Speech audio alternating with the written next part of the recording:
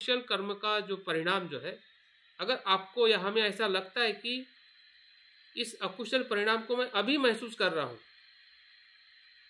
तो फिर अगर अभी महसूस हो रहा है तो फिर आगे वाले जन्म में दुर्गति में क्यों नहीं जाएगा? सीधी सी बात है। तो फिर हमारे पुनर्जन्म को मानना नहीं मानना हमारे लिए तो सवाल ही नहीं हो सकता है। अगर हम इस बात को अगर समझ रहे, हमारे मन में प्रश्न ही नहीं आ सकता है। हा?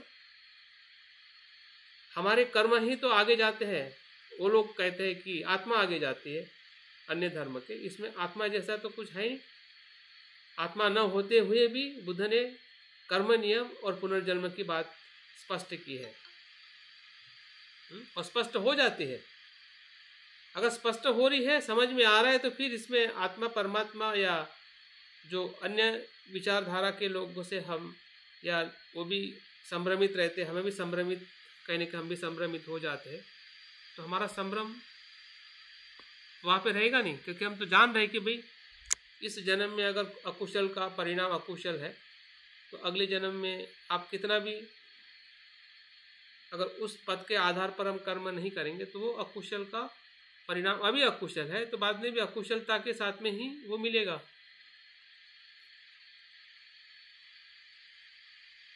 अगर कुशल है तो फिर डरने की क्या जरूरत है? फिर किस बात का भय? ना इस जन्म में भय, ना आने वाले जन्म में भय। क्योंकि जब तक हम श्रोतापन्न से लेकर निर्वाण तक प्राप्त नहीं होते हैं, तब तक जन्म की प्रक्रिया के साथ मृत्यु, मृत्यु के साथ फिर से जन्म, ये निरंतर चलने वाली प्रक्रिया है। आप मानो या मत मानो, लेकिन जान के अगर मान लेते हैं तो हमें तो भय नहीं लगेगा कि भाई मृत्यु तो अंत नहीं है, वो नए जीवन की शुरुआत है। तो फिर मृत्यु से भी भय नहीं लगेगा। जब तक हम अपने कर्म के उस बीज को, जिसको हम अज्ञान, लोभ, द्वेष, मोह कहते, जब तक उसको हम अपनी प्रज्ञा से या अपने अनुभव से जब तक उसको हम अनित्य अनात्म रूप में पूरी तरह से नहीं देखते, और उससे हमारी जो बंधन करने वाला मन या विकार जब तक टूटते नहीं हैं, शांत नहीं होते हैं, या उससे हम मुक्त नहीं होते हैं, तब तक हमारा मन जन्म के साथ मृत्यु और मृत्यु के साथ फिर से पुनर्जन्म के अंदर उसका आना सुनिश्चित है। इतना ही है कि हमें अगर जागृति नहीं है तो हम उसको मृत्यु के समय में भी नहीं समझेंगे, और जन्म लेंगे तब भी नहीं समझेंगे। लेकिन अभी तो हम समझ सकते हैं, ये समय समझने का है, तो क्यों ना हम अभी समझ लें, ताकि मृत्यु के समय भी हमें समझ में आ जाए। आप और एक एग्जाम्पल देखिए कि अगर आप कोई एग्ज़ाम देना चाहते हैं, आपने एग्ज़ाम दी होगी, हमने भी दी है, तो जब आप घर पे पढ़ाई करते हो और पूरी तरह से समझ में आती है कि आपने क्या पढ़ा, कि एग्ज़ाम में क्या आएगा, किस प्रकार से आपको एग्ज़ाम लेना है, देना है, तो जब आप एग्ज़ाम हॉल में जाते हो तो सब कुछ याद आने लगता है ना, जो आपने पढ़ा है। फिर आपको डर नहीं लगता है, क्योंकि आपको पता है कि एग्ज़ाम में क्या आने वाला है। अगर आपको पहले से पता नहीं है, अगर आप पहले से पढ़ाई नहीं किए हैं, आपको पहले से अगर विश्वास नहीं कि आपने क्या पढ़ा, क्या आएगा और क्या आप लिखोगे, अगर अधूरी तैयारी करके गए या तैयारी करके नहीं गए, या वहाँ पे जाके एकदम भूल गए, ऐसे भी बहुत सारे बच्चे होते हैं, तो फिर वो क्षण है भाई, 3 घंटे का समय है, जो लिखोगे तो कुछ मिलेगा, नहीं लिखोगे तो सब कुछ वापस आना है। तो मृत्यु का समय भी परीक्षा का समय है। तो मृत्यु के समय में अगर हमें अपने आप को सुनिश्चित करना है, निर्भयता से मृत्यु की तरफ जाना है, तो जीवन और मृत्यु का हमें अभ्यास करना पड़ेगा।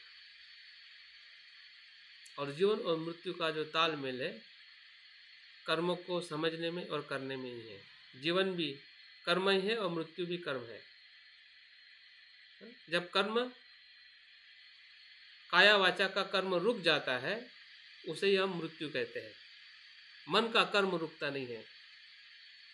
आप सोते हो तो मन का कर्म रुक जाता है क्या?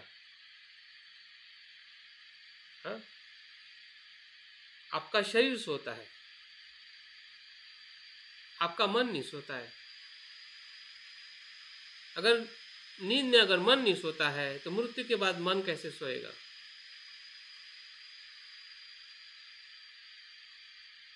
क्या आप आपके इस मन को देखते जब सोते हैं? तो आप उस मन को भी देख सकते हैं कि मृत्यु के बाद मेरे साथ औरों के साथ में क्या होता है, क्या ले जाता है। वो चेतना का, कर्म का वो चित्त है, कर्म के वो संस्कार है जो चेतना के रूप में, ऊर्जा के रूप में वो उसमें छप जाते हैं। जैसे कि हम कोई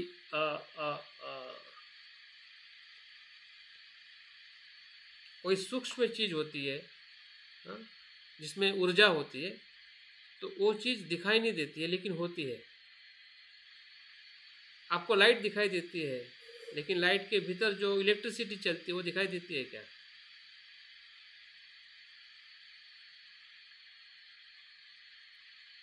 नहीं दिखाई देती है, लेकिन वो उसमें वो ऊर्जा है, तभी तो हमारे पास प्रकाश आता है।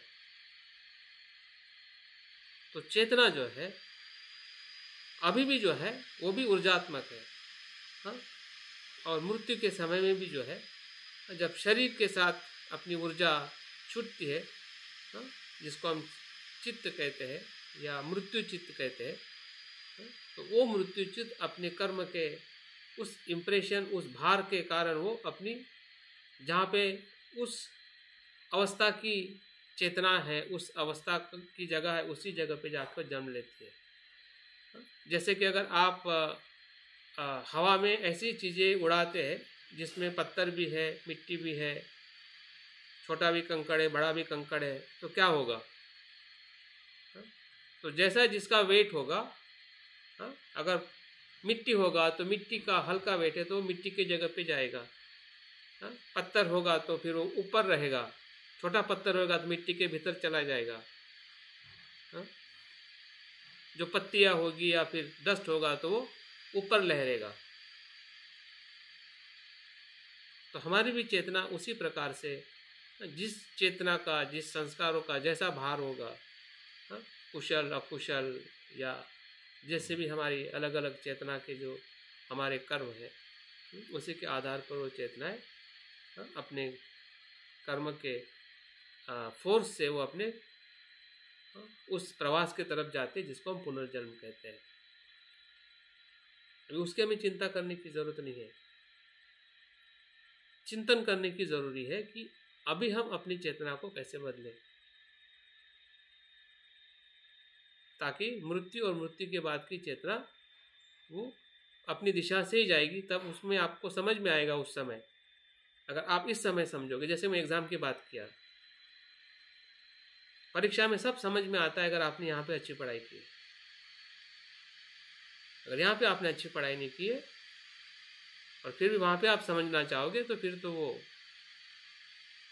पेपर के प्रश्न के सिवा कुछ समझ में नहीं आएगा, जवाब नहीं मिलेगा। प्रश्न समझ में आएंगे लेकिन जवाब लिख नहीं पाओगे। दुख समझ में आएगा लेकिन दुख क्यों आया है और किस दिशा से जाना है वो समझ में नहीं आएगा, क्योंकि हमने अभ्यास नहीं किया। तो अभ्यास करिए, देखिए कि हमारे जो अकुशल कर्मों को छोड़ना भी कुशल कर्म है और कुशल कर्मों को करना भी कुशल कर्म है, जिसमें दान के कर्म में जो 3 प्रकार के जो अंग है वैसे ही शील में भी होते हैं और भावना में भी होते हैं। जब हम शील की बात करते हैं तो उसमें और 2 बातें जुड़ जाती है कुशल कर्म में, कि सम्मान करना और मदद करना। जब हम दान की बात करते हैं तो दान में और 2 कर्म जुड़ जाते हैं, 6वां और 7वां, जिसको पतिदान और प्राप्तानुमोदन कहते हैं। जैसे कि अपने कुशल कर्म के दूसरे के कर्म को समर्पित करना, जो हमने सुबह के ध्यान में ये समझने का और जानने का प्रयत्न किया। दान के साथ साथ में दान, वस्तुओं का दान, एक तो अपने आप में वो दान है,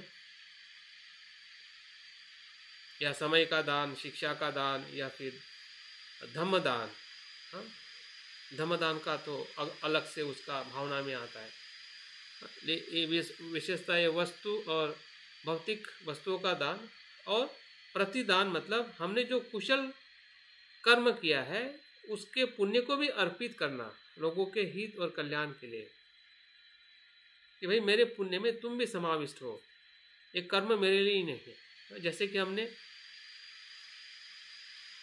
कुछ प्राप्त किया, जैसे कि आपको कोई अनुभव हुआ, जैसे कि अभी सिद्धार्थ जी को अनुभव हुआ, अनिल जी को अनुभव हुआ, उन्होंने शेयर किया कि भी मैंने अनुभव किया। तो जब आप आपके कुशल कर्मों को किसी के सामने प्रकट करते हैं या उस कुशल कर्मों को भी आप देने के लिए तैयार होते हैं, तो औरों को भी उसका लाभ मिलता है, प्रेरणा मिलती है। या किसी ने कुशल कर्म किया है, जैसे कि सिद्धार्थ जी ने कुशल कर्म किया और राहुल जी ने उनका पुण्यानुमोदन किया, तो पुण्यानुमोदन करना जो हमारे आसपास फिर छोटा हो बड़ा हो या छोटे से छोटा भी काम हो, अगर हमारे घर में अगर छोटा बच्चा भी अगर कुछ अच्छा काम करता है, मदद करता है, पढ़ाई करता है, तो उसको हमने थैंक्स बोलना चाहिए, उसका पुण्यानुमोदन करना चाहिए, उसको रिगार्ड देना चाहिए, ताकि उसको वो अच्छा करने की प्रेरणा मिले। जैसे कि अनिल जी बता रहे थे कि अपने बच्चे के बर्थडे को उस प्रकार से वो सेलिब्रेट करते हैं, ताकि उस बच्चे के भीतर में जो देने की भावना है, और जब वो दूसरे बच्चों से मिलेगी और गिफ्ट देगी तो वो दूसरा बच्चा उसका थैंक्स कहेगा, तो उसको लगेगा कि मैं कुछ दे रहा हूँ तो मुझे कुछ वापस भी मिल रहा है, और उसका उस कुशल कर्म के प्रति और कर्म करने का उसको प्रेरणा मिलेगी, या हम औरों को प्रेरित कर सकते हैं अपने लिए और औरों के लिए भी। तो ये दान भावना में ये दोनों बातें ऐड हो जाती है, और उसमें भी वही अंग है कि हमारा पूर्व चेतना, मूल चेतना और उसके बाद की जो चेतना है अपर चेतना, तीनों का भी हमें अनुभव लेना चाहिए।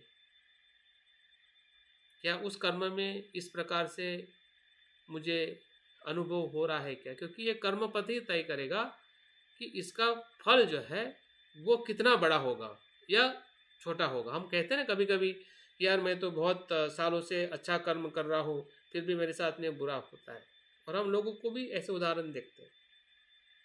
अभी अच्छा तो कर रहा है लेकिन वो उस कर्म पथ को फॉलो नहीं कर रहा है, लेकिन अकुशल कर्म में कर्म पथ फॉलो हो जाता है, क्योंकि वहाँ पे अज्ञान होने के कारण जाने अनजाने वो कर्म पथ पूरा हो जाता है, और इसलिए उसका परिणाम भी बड़ा मिलने लगता है कि जब हम कुछ अच्छा करने जाते हैं तब हम ज़्यादा डर जाते हैं, मैं अच्छा कर रहा हूँ, ये बुरा मेरे साथ में कहाँ से हो गया। आपने बुरा किया नहीं, अभी आप अच्छा कर रहे हैं, लेकिन पूर्व समय में या पूर्व दिनों में या वर्ष में जो हमने किसी को गाली दिया होगा, या फिर जो भी द्वेष से जो भी हमने कुशल कर्म अकुशल कर्म पूरा किया होगा, तो उसका परिणाम जाएगा कहाँ, वो तभी मिलता है, ऐसा नहीं है। बाबा साहब कहते हैं कि कर्म का 3 प्रकार से उसका संबंध होता है, कर्म और फल का। कुछ कर्म ऐसे होते हैं और उसके फल जो होते हैं बहुत लंबे समय के बाद मिलते हैं। अभी बहुत लंबा समय मतलब वो 10 साल भी हो सकता है, 5 साल भी हो सकता है, 25 साल भी हो सकता है, या अगले जन्म में भी जा सकता है, यहाँ तक उतना समय हो सकता है। ठीक है, इस प्रकार के कर्म उसका परिणाम होता है। जिस प्रकार का अगर आपका कर्म पथ अगर ऐसा है, उस प्रकार से उसका कुशल परिणाम या अकुशल परिणाम इतना वो दूर हो सकता है, इतना उसमें डिस्टेंस हो सकता है। ऐसे ऐसे कर्म हमारे और उसके परिणाम के साथ में इतना डिस्टेंस हो सकता है, होता ही है। तभी तो हम कर्म को पूरी तरह से समझ नहीं पाते और संभ्रमित हो जाते कि कर्म और परिणाम का तालमेल क्या है। ठीक है, कुछ कर्म ऐसे होते हैं कि वो इतने पास में होते हैं कि बहुत ही पास में होते हैं कि वो भी समझ में नहीं आते। जैसे कि मैंने एक उदाहरण बताया था और उस पर सवाल भी किसी ने खड़ा किया था कि एक उस धनी व्यक्ति के लड़के ने बुद्ध को देखा और एक ही क्षण में देखा, दूसरे क्षण में मर गया। तो उसका कर्म कितने क्षण का रहा? एक ही क्षण का रहा है ना। और एक ही क्षण के अंदर तीनों क्षण घटित हुए। उसके मन में वो चेतना भी निर्माण हुई, हाँ, उसने बुद्ध को श्रद्धा से स्वीकार भी किया और उसका उसने आनंद भी ले लिया। एक ही क्षण में 3 बातें हुई और उसके बाद में उसका मृत्यु हो गया।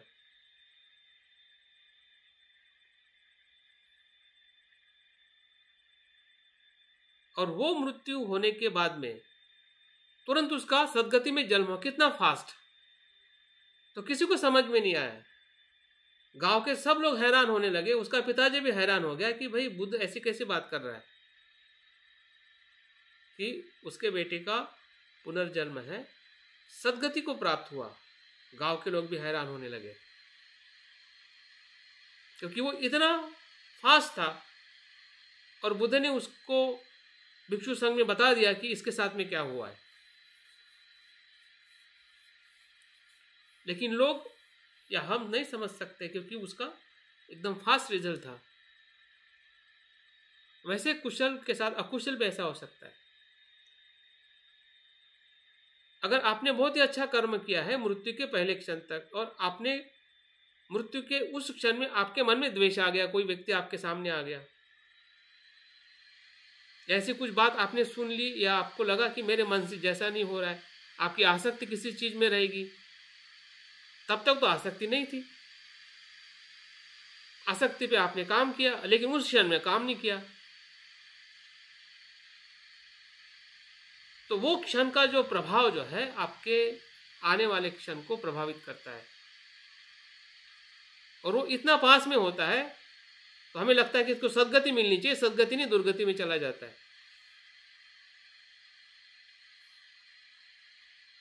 इसका मतलब यह नहीं कि उसके सत्कर्म का उसको बाद में परिणाम नहीं मिलेगा। हाँ? दुर्गति में जाने के बाद में भी जो सदगति के परिणाम जो है उसके आसपास में आएंगे और वहां से उसका जीवन और दूसरे गति से वो लेके जा सकता है, कुशल गति की तरफ ले जा सकता है। लेकिन कहने का मतलब क्या है, 2 प्रकार के जो डिस्टेंस जो है, एक बहुत दूर का डिस्टेंस और एक बहुत पास का डिस्टेंस, इस कर्म और परिणाम में हम फंस जाते हैं। ये समझ में नहीं आता है। बाकी समझ में आता है जो बीच में कुछ हो रहा है ना, हाँ, कि हम पढ़ाई कर रहे हो, एग्जाम दे रहे, पास हो रही, जॉब मिल रही है, ये हमारे कर्म के परिणाम है। हम चोरी नहीं कर रहे हैं तो इसलिए हम जेल में नहीं जा रहे हैं। हाँ, चोरी करोगे तो जेल में जाओगे, हिंसा करोगे जेल में जाओगे। हाँ, तो ये जो समझने वाले हमारे कर्म और परिणाम जो है उतने ही हम समझ पाते हैं और हमें लगता है कि यही कर्म है, यही दिखाई देता है, यही समझ में आता है और उसी के आधार पर पूरे कर्म नियम को हम समझना चाहते हैं। तो कैसे समझ में आएगा? 2 हिस्से तो आपने छोड़ दिए।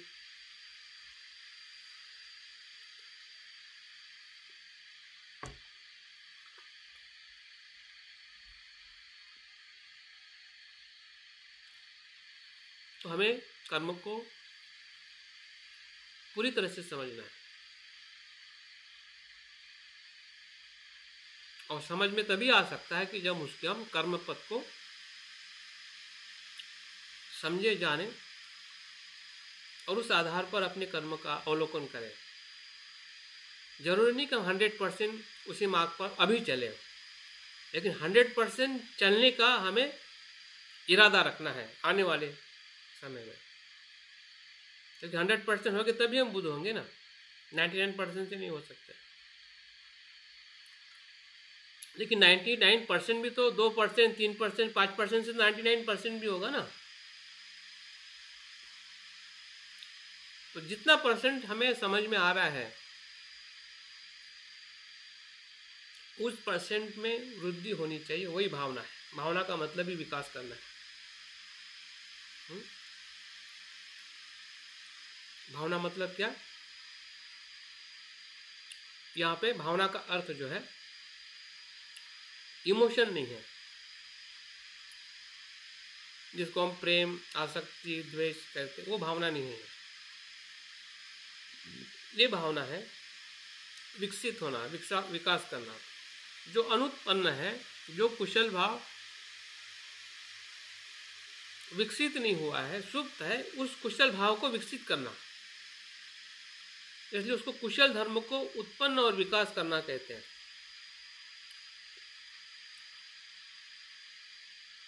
जो बीज रूप में है या बहुत कम प्रमाण में है हमारे में, जो कुशलता, उस कुशल धर्म का विकास करना मतलब भावना है। और उस भावना के अंदर और 3 बातें जुड़ जाती हैं, 8, 9 और 10।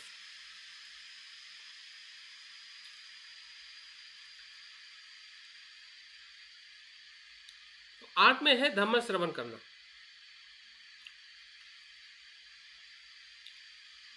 धम्म श्रवण करने से हमारे भीतर जो अनुत्पन्न जो कुशल धर्म है, फिर वो उसमें 10 पारमिता आ गई, दानशील, समाधि, संतुष्टि, मैत्री, करुणा, मुदिता, उपेक्षा, जो भी जितने भी कुशल धर्म है। सर इसमें ये चौथा और पांचवा फिर किसमें, शील में ही आया? हाँ, शील में आता है। चौथा और पांचवा शील में आता है। छठा और सातवां दान में आता है। और 8, 9 और 10 3 जो है भावना में आते हैं। तो धर्म श्रवण करने का मतलब है दूसरों को भली प्रकार धर्म देशना करने के लिए धर्म श्रवण करना।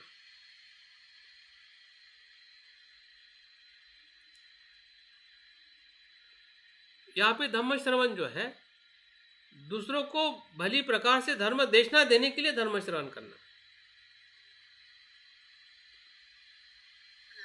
इसमें सर ये भी बोल सकते ना, ये जो आप कह रहे हैं कि दूसरे क्या कि तो उसमें मतलब एक और दूसरा रहता ही नहीं ना, तो वो करता तो अपने लिए बुद्धत्व प्राप्ति की बात करता है, लेकिन उसमें होता सबके लिए है वो। बिल्कुल।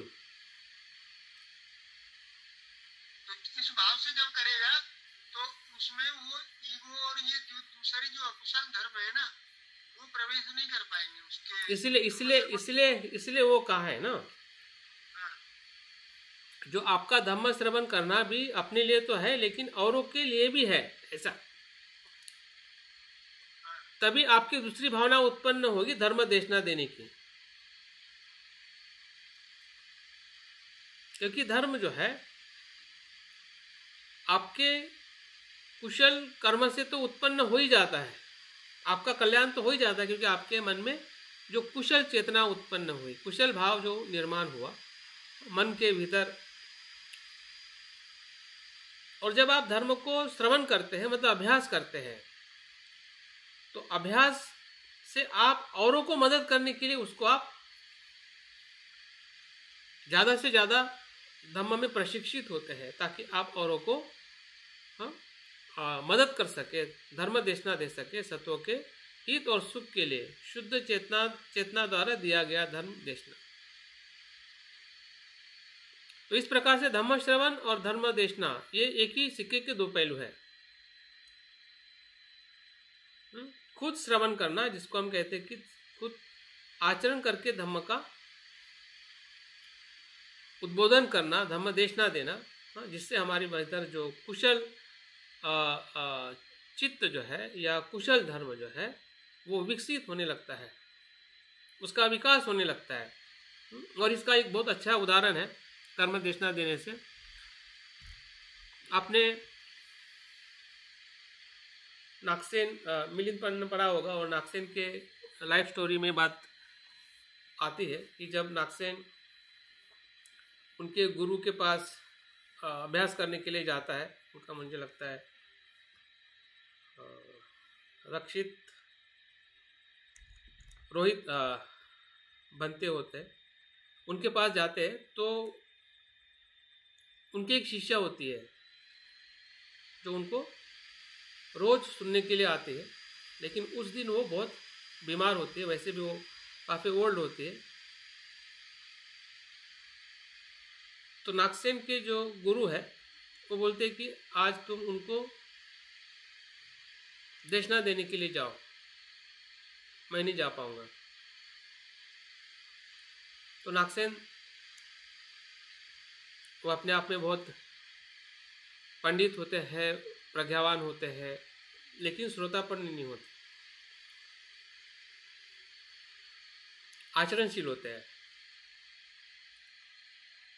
तो जब वो उस महिला को, उपासिका को धर्म देशना देते हैं, और उसमें ऐसा प्रसंग आता है कि धर्म देशना देते देते दोनों श्रोतापन्न हो जाते।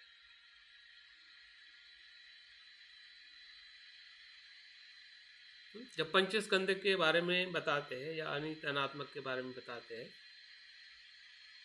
तो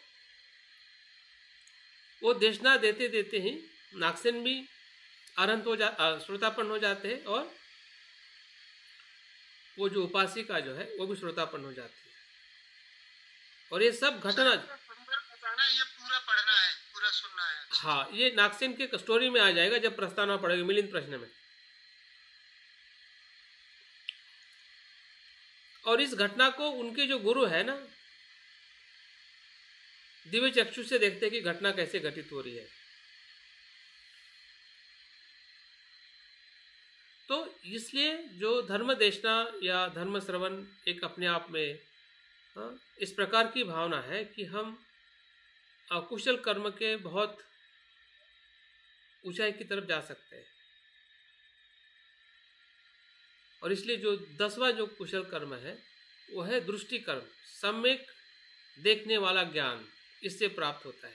जैसे कि अभी मैंने ये घटना बताई, तो ये श्रोतापन्न है,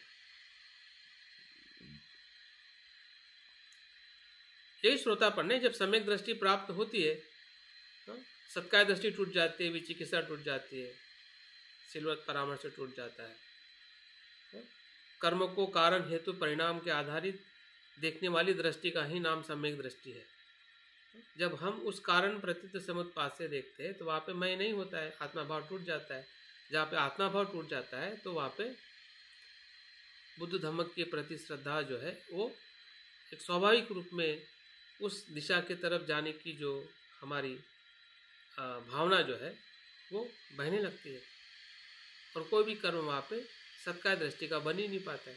सत्काय दृष्टि का, सिलवर्त परामर्श का कर्म तब तक ही है जब तक सत्काय दृष्टि है। जहाँ पे सत्काय दृष्टि नहीं, वहाँ पे सिलवर्त परामर्श नहीं होगा, शील होगा, शिलाचरण होगा, लेकिन वो कर्म जो है बंधन वाला नहीं होगा, वो बंधन नहीं करेगा, वो आपको बंधेगा नहीं।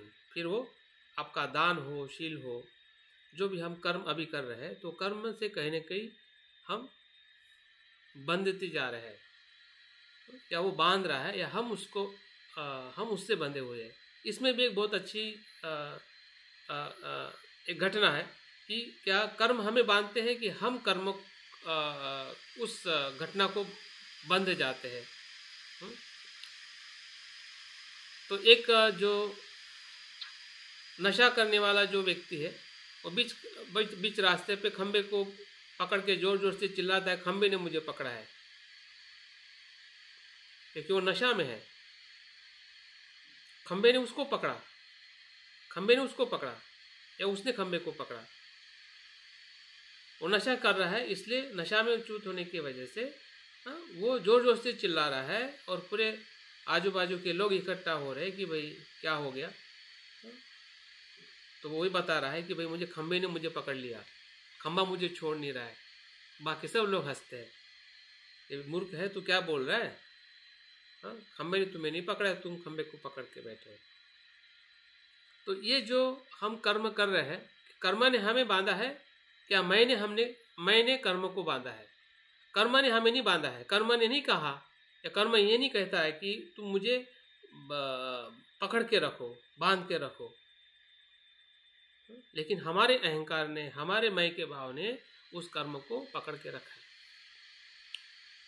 अगर वो समझ में आ जाए तो टूट जाता है, क्योंकि वो है ही नहीं। अगर होता तो कुछ अलग होता, वो टूटता नहीं और हम मुक्त नहीं होते। वो तो भ्रम से पैदा हुआ है, ना भूतकाल में था, ना वर्तमान में, ना भविष्य में है। तो इस प्रकार की जो सम्यक दृष्टि जो है वो हमारे कुशल कर्म को एक प्रकार से ये जो कुशल कर्म है या कामावचर कुशल कर्म है, ये रूप अभी हम दूसरे कल हम जब कुशल कर्म देखेंगे वो रूपावचर कर्म है। ये कामावचर कर्म मतलब हम अपने काया वाचा मन से संसार में रहते हुए या सांसारिक जीवन में रहते हुए या संसार के साथ में रहते हुए जब हम कर्म करते हैं, लेकिन जब हम संसार से ऊपर उठ के जब कर्म करते हैं, जिसको ध्यान का कर्म कहते हैं, उसको रूपावचर कर्म कहा जाता है। ये कामावचर कर्म है। ये 10 कर्म कैसे है? ये कामावचर कर्म है, कुशल कर्म, कि जो हमें ये भी उतने ही महत्वपूर्ण है, क्योंकि संसार में रहते हुए संसार से मुक्त रहने का ये आधार है। संसार में रहते हुए संसार से सुखी रहना, आनंदित होना, कुशल कर्म से एक धम्म राज्य का निर्माण करना,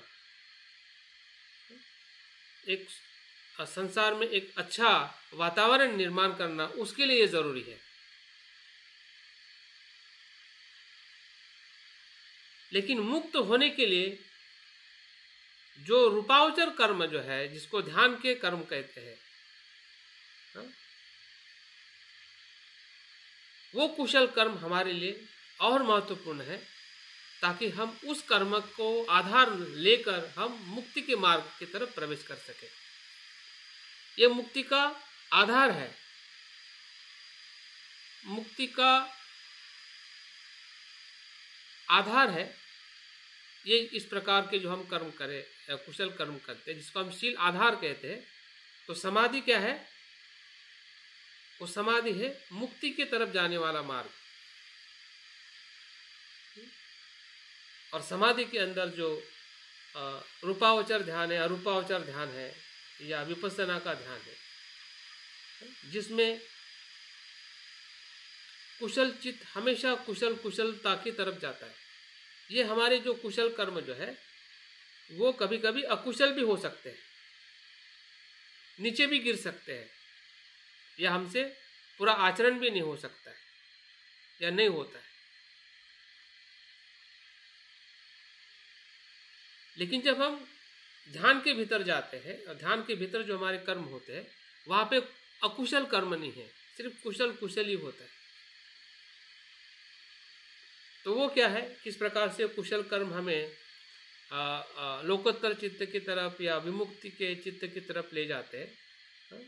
तो एक प्रकार से ये हमारे पूरे मन का रूपांतरण ही है, जो हम कामलोक में या संसार में रहते हुए हम अपने मन को, कर्म को समझे, और उसी समझदारी के साथ हम अपने कर्म से ही हम अपने चित्त को शुद्धता की तरफ, विमुक्ति के मार्ग की तरफ ले जाने का भी कर्म है, जो हम कल के अभ्यास में देखेंगे, और सुबह के ध्यान में भी हम उसका अभ्यास करेंगे। उसमें जो 5 हमारे ध्यान के अंग है, वही कुशल कर्म है, वही कुशल चेतना है। तो हमारे ध्यान में कैसे वो कर्म के रूप में या चित्त की अवस्था के रूप में वो कार्य करती है, उसका हम कल ध्यान करेंगे, और उसी का हम शाम के सत्र में उसका अभ्यास करेंगे। बहुत बहुत धन्यवाद आज के सत्र में बने रहने के लिए। जो आपके सवाल है, जो कुछ भी आपकी रिपोर्टिंग है, कल फिर से हमारे पास समय है, तो ज़रूर अपनी बात को आप पूर्णता से रख सकते हैं। मैं अपनी बात पूर्ण करता हूँ। जय भीम, नमो बुद्धाय।